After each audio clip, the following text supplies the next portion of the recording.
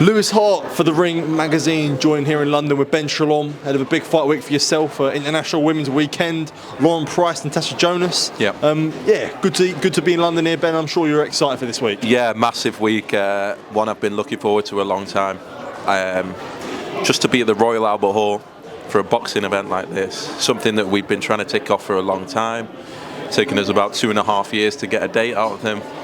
But to do it on such a special week with such a big fight and a massive card as well, start of a huge run of shows for us, so I'm really looking forward to it. Yeah, absolutely. As you say there, regardless of it being a big fight between Price and Jonas, almost like the old guard versus the new guard, there's so much layers to this event in general.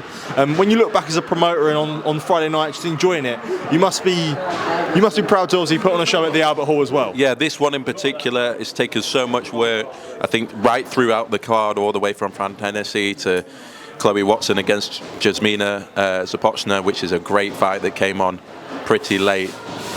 Cindy and Gamba making her debut against Kirsty Babington. I mean, what a debut! Yeah, that's a big. I mean, who debuts like that?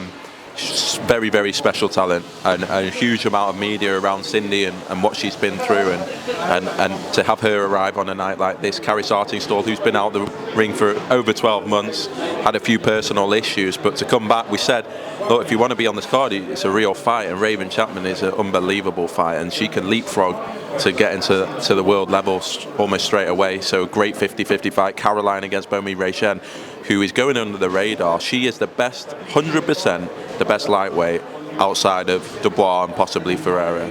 It's going to be a phenomenal fight that she's coming to win, and then the main event is very special for me, the two best welterweights in the country. So yeah, it's a proud one. I think the team have worked really hard on Albert Hall, and we've worked really hard on the card. Obviously we're very passionate about women's boxing, but this is a very special event, and anyone that's there on Friday night is going to remember it.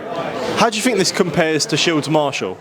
Look, Shields Marshall was a big cross-Atlantic rivalry that had been going on since the amateur days. Savannah and Clarissa fought each other in 2012. We built that for a long time, so it was a different fight. It was probably one of the biggest fights that's ever happened, but this is the biggest British female fight of all time, and to have it at the Royal Albert Hall is very different, and so it's different. It's a different feel, but it's very unique what's happening on Friday night, and Albert Hall wouldn't have taken any boxing really and needed something special, and this is special. Lauren and Natasha are people that we've worked with for a long time, both incredible athletes. Natasha Jonas in their 7th consecutive world title fight, last defeat against Katie Taylor, was the first woman to represent GB at the Olympics, coming full circle now and fighting Lauren Price, MBE, gold medalist, yet to lose a round. It's a massive fight, and it's one that will be remembered. I truly believe that, a lot on the line for both of them, because they're both very proud. They both believe they're the best, and it's what we want to see. Does it ever make it awkward when you've been on a journey with both fighters? You know, I'm sure Lauren Price feels some sort of loyalty, Natasha Jonas feels like some sort of loyalty. Ever make it awkward? Because I'm sure in the build-up they might be like, oh, you're favouring there, you want Lauren to win. Tasha thinks you want Lauren to win. Lauren thinks you want Tasha to win. Yeah, I'm sure you've had it loads of times. It makes it awkward. No, it is, and to be honest, I don't like it. Like, I used to like being it, because from a promotional point of view, you can promote it in the way you want, this and that. But now I hate it when two fighters are with us in the main event. I hate it because it can only end in arguments. It can only end in favouritism, and this one in particular, because there's so much on the line, because they don't like each other, because there's a fight to be the number one female. Yeah, it's not enjoyable from that sense, but for the fans, it's a great fight, and so that's what matters. They both get a huge moment to headline the Albert Hall. It's not many, first ever female fight in the Albert Hall, to headline the Albert Hall as well. It's a historic moment for both of them, and both are desperate to win, and I'll just stay out of the way if I'm honest. Yeah, one thing I wanted to ask you about. There was a clip that surfaced online that went sort of semi-viral. It was a face-off that I think Lauren Price and Natasha Jonas done on TalkSport about a month ago, actually, but it's come about now. I think Natasha Jonas, hopefully she knows she's fighting Lauren Price this weekend, got a bit mixed up. I don't know what you made of that, or the humorous clip of her saying that she beat Lauren as an amateur, but it was Becky Price instead, which was quite funny. It was hilarious. It's the best viewed clip I've seen in a while. I think people couldn't believe that. Natasha's fought so many fighters. I actually don't blame her. What is it? 2012. She's thinking back to. But yeah, it was funny. Both reactions were funny. But ultimately, they don't like each other. And you can see the temperature rising, and you can see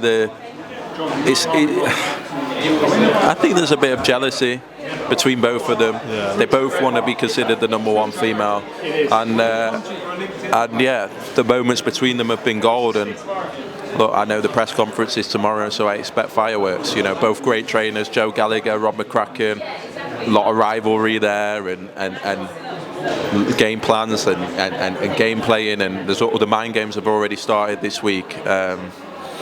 But yeah, it's going to be a great fight.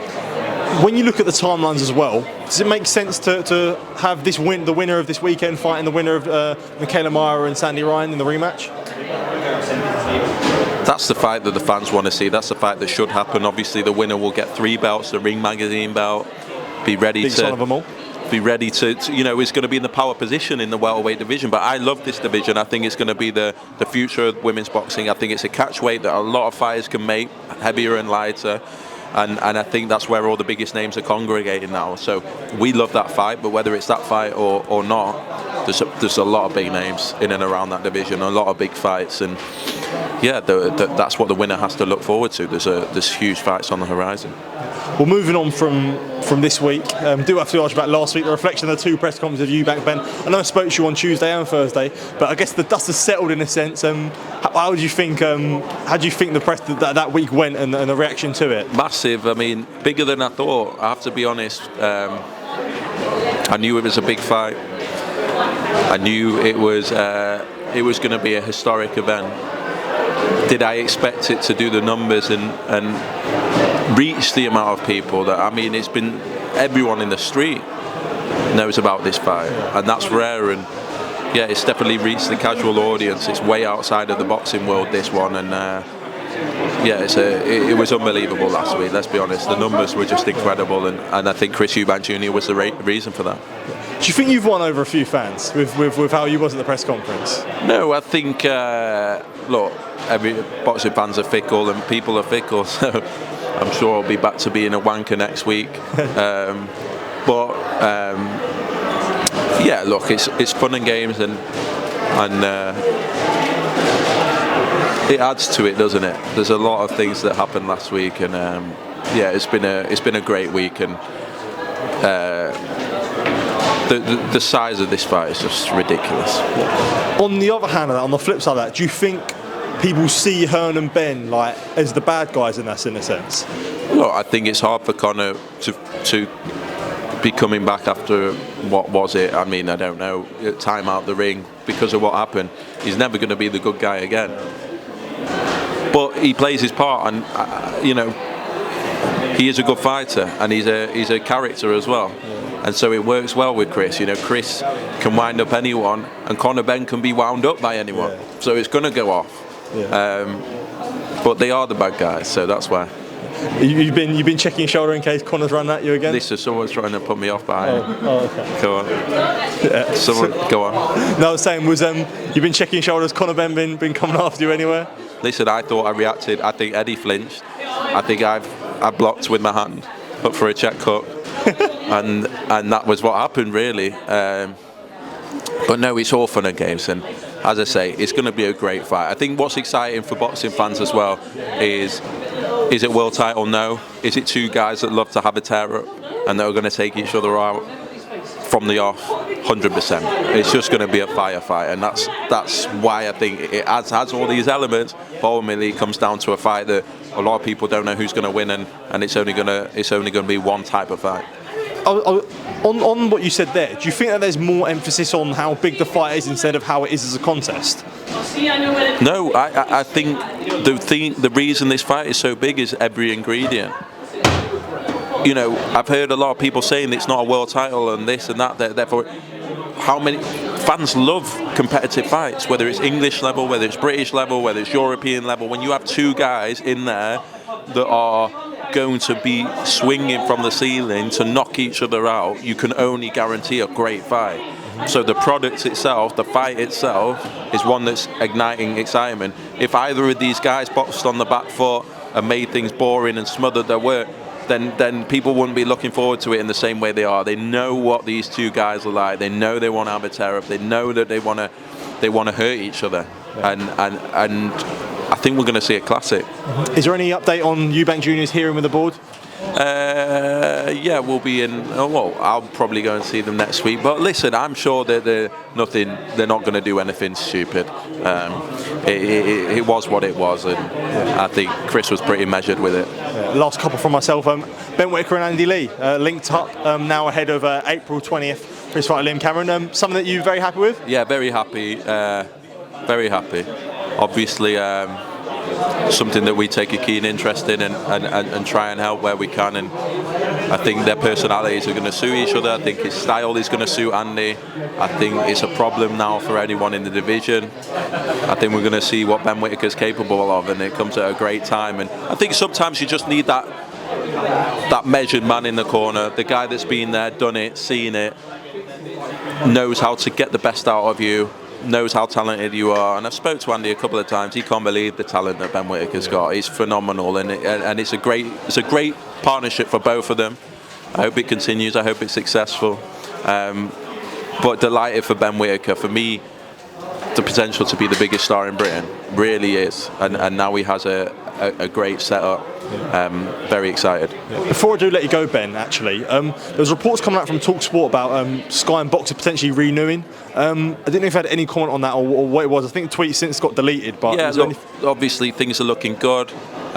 We've got to there's a few final bits around certain things, but yeah, things are looking good, and we'll hopefully have some news very, very soon. Yeah, I was going to ask you that. When would the timeline be for something like that? Look, I don't know, maybe very soon. Things are already being planned. As you said, we started with a lot of these fighters. We started together with Sky, and we're both collectively invested in their careers and where they're going to get to. And it's exciting for all of us. You know, Ben Whittaker, Fraser Clark, Caroline Dubois, Lauren Price, Adam Azim, Callum Simpson. These guys have been with us. We had to start from scratch with no stable. So to now be in the big fights and be in the big moments, and them to be able to headline, we've waited for a long time, and yeah, it'll be exciting what happens over the next 12 months. For sure, exciting times. Ben, thank you for taking time to speak to me. Really appreciate it. Appreciate it. Yeah, good to be catching up, mate. Top man, thank you.